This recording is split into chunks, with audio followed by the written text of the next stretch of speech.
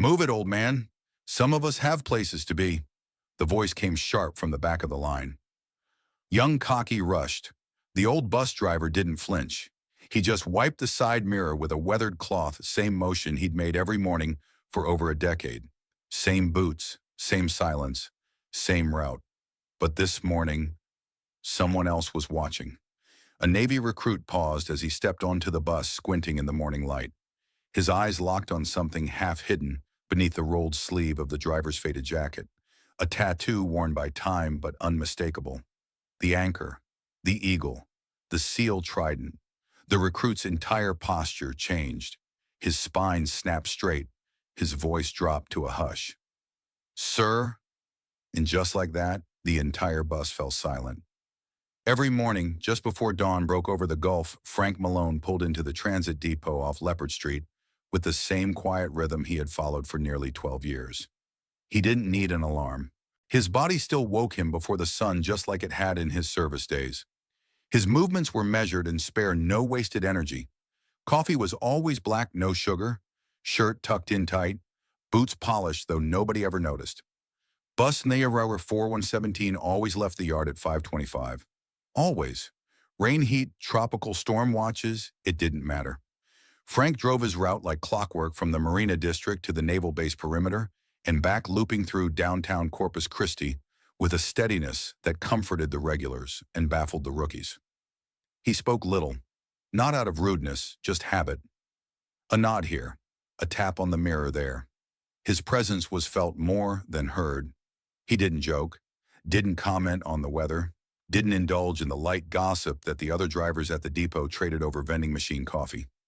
Just Old Man Malone, they called him. Some younger drivers joked he had a microchip in his skull that made him drive on autopilot. Others assumed he was retired Navy, just a grunt who never quite let go of his regimen. He wore a Navy windbreaker every day, not company issue.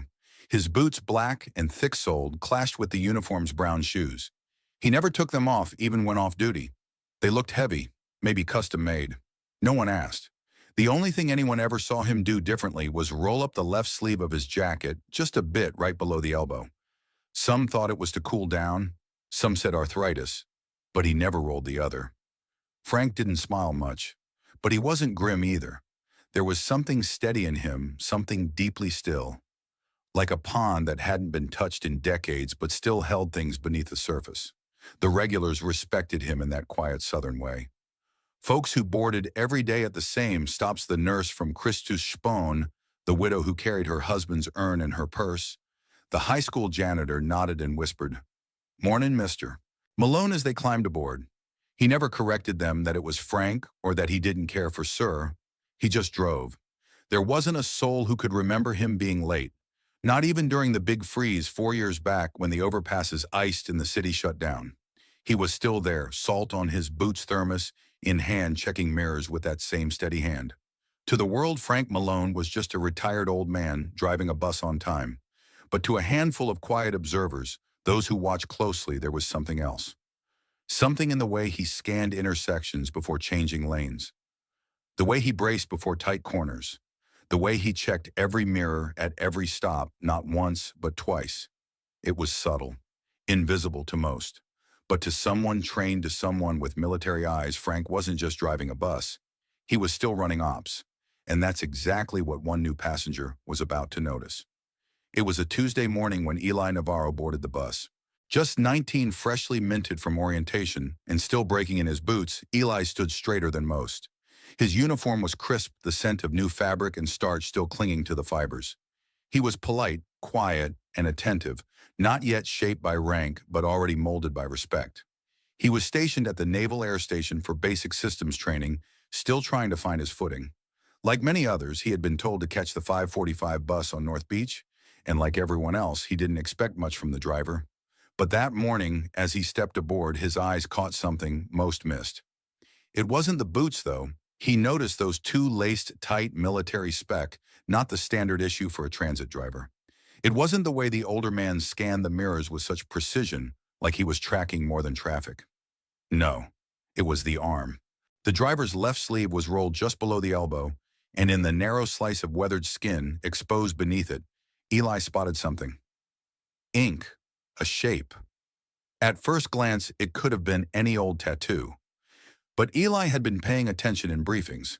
He'd seen the charts, the insignias, the codes of brotherhood etched into muscle and bone. This one was unmistakable. A trident partially worn by time but intact. An eagle perched with wings spread. The anchor, the pistol, the seal emblem. Eli froze mid-step, his boots thunking lightly against the rubber floor of the bus. The driver didn't notice, or if he did, he didn't show it. He simply nodded, once turned his eyes to the mirror, and shifted the bus into motion. Eli took his seat near the front, heart pounding, suddenly unsure if he had just imagined it. But the details were too clear. That wasn't a decorative tattoo. It wasn't inked for flair. It was earned. And only one kind of man earned that. The ride was otherwise uneventful. The usual stops. The same quiet hum of early risers nodding off or scrolling their phones. Frank didn't speak. Eli didn't either. He spent the ride stealing glances, discreet, calculated, respectful, trying to make sense of the man in front of him. He noticed the posture, how the older man sat with his back never touching the seat shoulders squared, the way his eyes flicked to every passenger as they boarded, not with judgment, but evaluation. Like he was still calculating threat levels, like nothing about him had actually retired. When Eli stepped off at the base, he hesitated. He wanted to say something, to ask, to acknowledge. But something in the driver's silence told him it wasn't time. "Thank you, sir," Eli said quietly as he stepped down. The driver's eyes flicked to the mirror for half a second. No smile, no nod. But he had heard it. The next morning, Eli sat in the same seat deliberately this time. The sunlight slanted differently through the windows, catching the man's forearm just right. There it was, the trident. Weathered. Real. He waited until the front of the bus emptied at the next stop, then leaned forward slightly. Voice low, just enough for the driver to hear. "Sir, were you—" The question didn't even need finishing. The man didn't turn. "I was." 2 words, nothing more. And that was when Eli Navarro knew this man wasn't just a driver. He was a shadow from a war most would never know. By noon that same day, Eli Navarro couldn't focus. His instructors at the naval station ran drills and briefings like clockwork, but Eli's mind was miles away, back on that bus, on that voice, on that ink. He couldn't shake the weight of it. So during a short break, he pulled aside Petty Officer Vance, a grizzled instructor with 24 years of scars and stories. Sir, Eli began hesitating. "Do you know if Frank Malone drives bus 417 into base each morning?" Vance arched a brow. Malone. "Sure, I see him in the mornings. Doesn't talk much. He has the trident," Eli said quietly. "Old," on his left forearm. "He said I was when I asked." Vance's expression changed. The casual edge dropped. His voice lowered. "You sure?" Eli nodded. "I'd bet my uniform." Vance didn't reply, just stared off for a moment, then muttered, "No way." Within hours, whispers started making their way down the hallways and across chow tables. At first, it was disbelief. "You mean the guy with the cap and the windbreaker?" "Nah." But then someone else confirmed it, an older logistics chief who'd seen the tattoo back in 2019. Then another remembered an old story passed around during cold weather training, a SEAL op in Panama, 1989. 6 teams surrounded. Extraction failed. Mission command went dark. They made it out. Every one of them. No air cover, no medevac, no backup. Just a name whispered in the after-action reports. Griggs, no Granger. No one could remember clearly, but then someone on the Navy forums found a redacted mention in an old Navy Times archive. Master Chief Frank Malone, SEAL Team 3, awarded Bronze Star with Valor mission details classified. The chatter reached further than the base. A retired SEAL instructor from Kingsville texted someone still active. "You hearing this story about a bus driver in Corpus?" "Yeah." "Frank Malone." "I thought he was dead." "Nope, just done." By the end of the week, the story had rippled through the barracks like a rising tide. The man who once ran black ops in Central America, who pulled out an entire fire team under sniper fire with a broken femur, was now steering a city bus through the Marina Loop. And every morning he rolled his left sleeve just below the elbow, not to show off, just enough so those who knew might recognize. One morning the routine changed. The bus arrived on time just like always. Same mirror check. Same silence. But at the third stop past the pier, a tall figure boarded. He wasn't in standard Navy gear. He wore full-dress blues. Rows of ribbons lined his chest like a historical archive. A silver seal trident gleamed beneath his nameplate, CMDR J. Westfield. Everyone on the bus froze. Frank didn't say a word, just glanced up through the mirror. Morning, the commander said, his voice calm but filled with weight. Permission to ride. Frank's hand never left the wheel. His eyes met Westfield's in the reflection. You got a seat, Commander. No one said another word. The younger sailors on board sat ramrod straight, suddenly hyper-aware that something sacred was happening. When the bus pulled to a stop by the naval station, CMDR, Westfield didn't stand right away. He remained at the front just behind Frank and leaned forward slightly. I reviewed the records, he said in a tone just above a whisper. You're the one from Operation Marlin. Frank exhaled slowly. That man's gone. Long time now. With all due respect, Sir Westfield replied, some legacies don't die. They just change uniforms. The commander stepped off without another word. And Frank, he simply checked the mirror again. The route wasn't finished. By the following Monday, the bus was different. Not the bus itself. Bus 417 was the same aging city coach with scuffed vinyl seats and faded handrails, but the way people treated it had changed. Something unspoken lingered in the air, the kind of reverence usually reserved for monuments or memorial walls. It began quietly. Young sailors and Marines started arriving early 10, sometimes 15 minutes before departure. No chatter, no phones, no earbuds. Just quiet, respectful stillness at the stop. They lined up in clean rows, not because they were told to, but because it felt right. When Frank Malone pulled in right on time as always, they boarded in silence. Each nodded with a subtle, almost ceremonial dip of the head. No good morning, no thank you, just presence, respect. Frank didn't change a thing, didn't acknowledge it, didn't adjust his sleeve or smile or say, I see what you're doing. He just drove. But the young service members noticed every detail. The precise stops, the smooth braking, the exact mirror scans. The fact that he never once had to double-check a street sign or ask directions, even during detours. One morning, a recruit quietly pulled a napkin from his pack and wiped down a coffee stain on a window. The next day, 2 others collected discarded water bottles at the back of the bus. By the end of the week, the bus was immaculate, cleaner than any in the fleet. No one had organized it. No one had asked. They just did it. A handful of civilians started to take notice. Some looked confused by the silent riders with military posture. Others rolled their eyes when the uniformed passengers stood for older women or picked up drop bags without hesitation. And then inevitably came someone who didn't understand. It happened on a humid Thursday afternoon. The bus was half full, mostly base-bound service members and a few off-duty workers. A teenage boy boarded headphones, blaring music cap backward, baggy hoodie drooping off one shoulder. He plopped down halfway down the aisle, legs stretched across the aisle, phone volume still cranked. As the bus rolled through Ocean Drive, he glanced at Frank's back and scoffed. Yo, Grandpa, can't this thing go any faster? I got places to be, man. A few passengers looked up but said nothing. Frank, as usual, said nothing either. Eyes forward, 2 hands on the wheel. Same silence. But Eli Navarro was sitting near the rear that day. Now in his 3rd month of training, Eli had grown quieter, stronger. He looked up slowly, removed one earbud, and turned in his seat. Watch your tone, he said evenly. Not raised, not angry, just calm. The teenager blinked. What Eli didn't repeat himself. That man bled so you could run your mouth on a public bus, he said. So maybe sit up, shut your music off, and learn a little something about respect. The teen went pale, fumbled for his phone. The music stopped. His head dropped. The rest of the bus remained silent. Frank didn't say anything, but in the mirror Eli saw something. A flicker in the driver's eyes.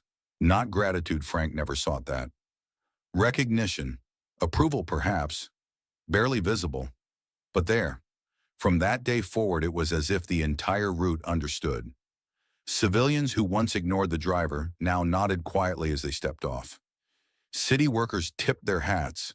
Retired veterans who happened to ride stood a little straighter, as if remembering the man behind the wheel from another life. And Eli. He began journaling after each ride. Small notes, observations. Not just about Frank, but about how discipline could change a space. The bus wasn't just transportation anymore. It was a moving tribute to a man who never asked for one. By the second month, the story had spread beyond the base. It started small, a mention in the local VFW chapter's newsletter, a few curious whispers in the Corpus Christi City Hall break room. Then someone posted a blurry cell phone photo on Facebook. Bus 417 early morning light, a line of uniformed recruits boarding in perfect silence.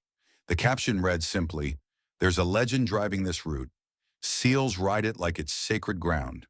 Within hours, the post had hundreds of shares. Veterans chimed in. "I rode with him in 93, quietest man I ever met." Others asked questions. "Is this real? Who is he?" Local reporters came sniffing. One morning, a journalist from Channel 7 News showed up at the depot with a clipboard and camera in tow.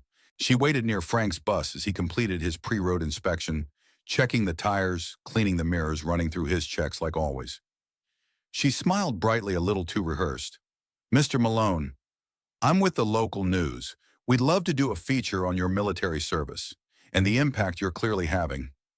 Frank didn't even pause. "No interviews," he said, simply reaching for the latch on the side panel. "Sir, I think a lot of young people could learn from your story, especially the ones serving now." "It's not my story they need," he interrupted, this time meeting her eyes. His tone wasn't unkind, but it was final. He didn't elaborate, just closed the panel and moved on. She left 5 minutes later, her questions unanswered, her cameraman shaking his head in quiet admiration. That interview never aired, but the story kept spreading quietly, steadily, like the man himself. At City Hall, someone suggested naming the transit center after him. A councilman whose daughter was stationed at the naval base offered to make it official. Frank declined. Politely, firmly, no names, no dedications. But he couldn't stop what happened next. One misty Friday morning, just before the 5:45 departure, a small crowd gathered near Frank's usual stop at the North Beach Loop. City workers in orange vests, a Navy officer in full dress, a handful of veterans, a few civilians, and off to the side, two older men stood holding a covered bronze plaque. They didn't make a speech. They didn't cut a ribbon. They simply mounted it beside the bus shelter, brushed the dust from its edge, and stepped back. The plaque was understated. No portrait, no fanfare, just a few engraved words for those who serve in silence, in honor of Frank Malone and every warrior who never needed applause. Frank saw it later that morning. He didn't stop, didn't touch it, but he stood straighter as he pulled the bus away from the curb. A few of his passengers saw it, just the smallest shift in posture. That was his thank you. The plaque was photographed by tourists the following week. It made its way onto a military subreddit. Then a Navy vet posted about it on LinkedIn. That post was picked up by a veterans nonprofit and shared across the country. Suddenly, the quiet man in Corpus Christi was being talked about in bases from San Diego to Norfolk. But Frank Malone kept his routine. Same boots, same silence, same route. And somehow that made the respect deepen. He wasn't trying to be noticed, wasn't correcting people or giving lectures. He simply showed up every day and did his work with honor. It reminded people of something they'd forgotten, that heroism doesn't always wear medals. Sometimes it wears a transit badge and carries a cloth for wiping mirrors. The city didn't rename the depot. They didn't put his face on a billboard. But the bus, that old bus 417, to everyone who rode it now, especially those in uniform, it wasn't just a ride anymore. It was a place you stood taller, because the man at the wheel reminded you how. It was a Monday when Frank didn't show up. For the first time in 12 years, bus 417 pulled into the depot with a different driver behind the wheel. No one had seen it coming. There was no notice, no announcement, no substitute names scribbled on the transit board. Just absence. The replacement was competent enough. Young Polite did his job by the book. But the difference was immediate. Subtle things: how the bus braked a little too hard at the turns, how the stops were a few seconds late, how the mirrors weren't adjusted with the same meticulous care. The silence, too, felt different. It wasn't reverent, now it was uncertain. Hollow, as if everyone was waiting for something that wouldn't come. The service members, who had come to treat bus 417 like sacred ground, were quiet that morning. Eyes scanning the mirrors, the dashboard, the driver's seat, looking for any trace of the man who'd made this route something more than routine. Frank Malone was gone, and no one knew why. Tuesday came. Still no Frank. By Wednesday, whispers started again. Maybe he retired. Maybe he finally took a vacation. Maybe something happened. But no one said what they were truly thinking. That maybe the old warrior had made his final departure. Then Thursday morning arrived. Bus 417 pulled into the depot at 5:25 a.m. on the dot. And Frank Malone was back behind the wheel. Same boots, same windbreaker, same steady silence. But there was something different. Right behind his seat, secured with reverent care, sat a triangular wooden display case.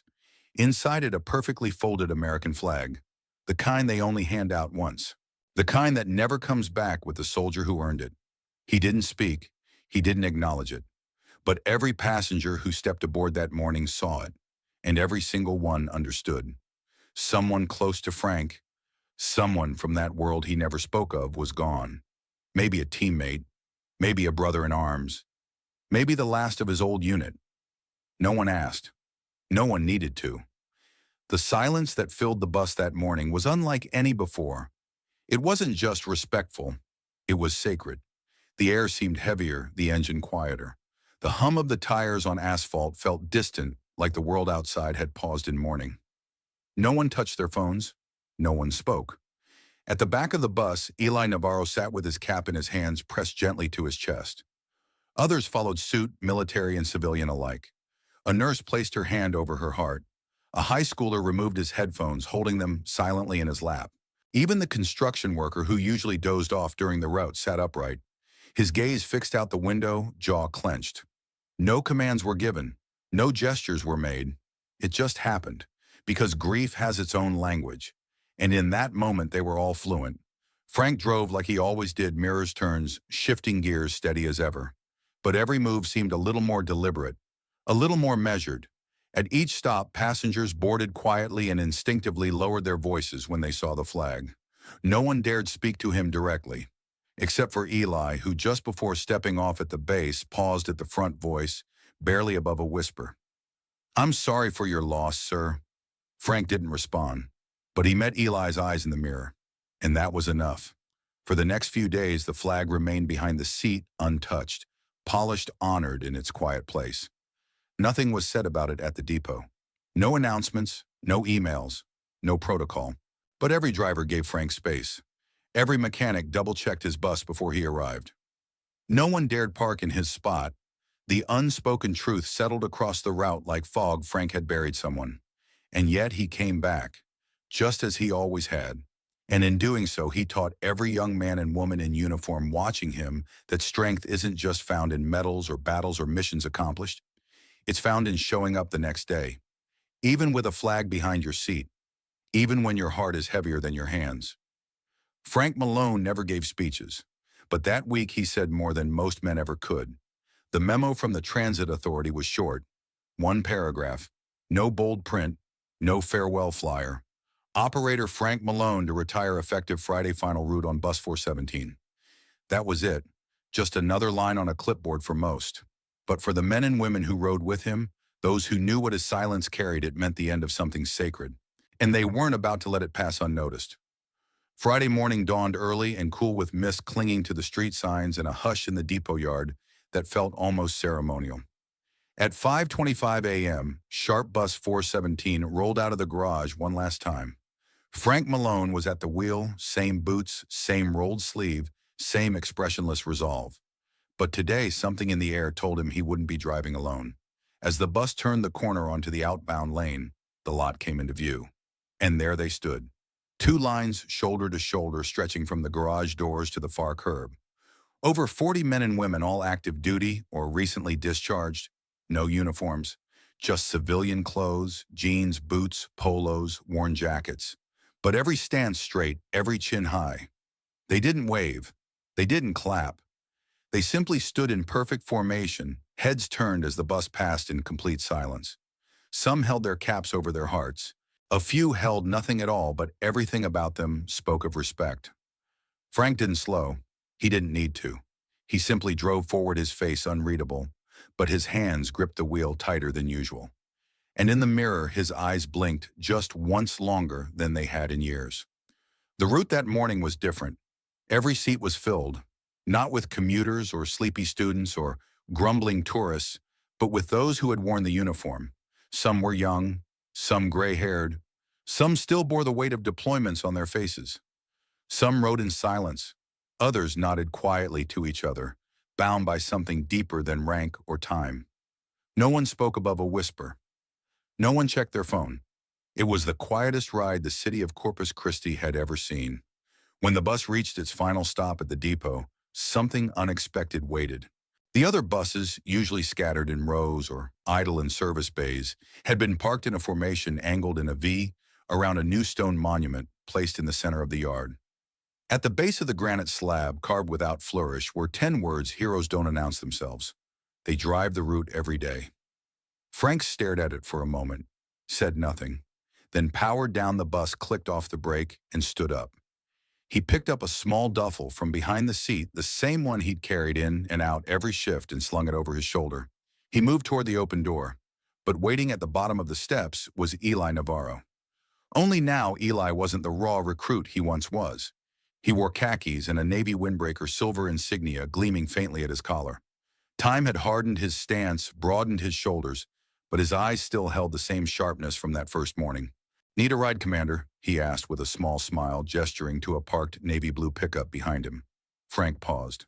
No reaction, then gave the slightest nod. "Appreciate it, Lieutenant." They walked in silence toward the truck. Passengers from the bus had disembarked and now stood in two lines again, this time framing the path as Frank walked between them. No one saluted. No one spoke. But each one stood at full attention until he passed. As Frank climbed into the passenger seat, he glanced at the dashboard. There it sat, a single challenge coin, polished and unmistakable. The insignia of SEAL Team 3. On the back in small engraved script for those who never stop serving. No name attached, but Eli knew who had left it. Senator James H. Morrison, former SEAL head of the Armed Services Committee. He had boarded bus 417 just months ago and said nothing. Frank picked up the coin, turned it once in his hand, and then placed it back. He said nothing. The truck pulled out of the lot and disappeared down the early morning road. That afternoon, a photo appeared in a military newsletter, grainy black and white. It showed Frank Malone walking away from the bus duffel over his shoulder with 40 service members standing behind him in silent formation. The caption read, "Commander Frank Malone, SEAL, mentor, driver, legend." No speeches needed. And in the halls of naval bases from coast to coast, new recruits would hear his name not shouted, not celebrated, but spoken quietly like a lesson passed from one soldier to another. Because honor doesn't need volume. It just needs someone who shows up every morning and drives the route. In today's world where headlines fade in minutes and recognition is measured in likes and views, it's easy to overlook the quiet ones, the men and women who never ask for applause, who just keep showing up. Frank Malone was one of them.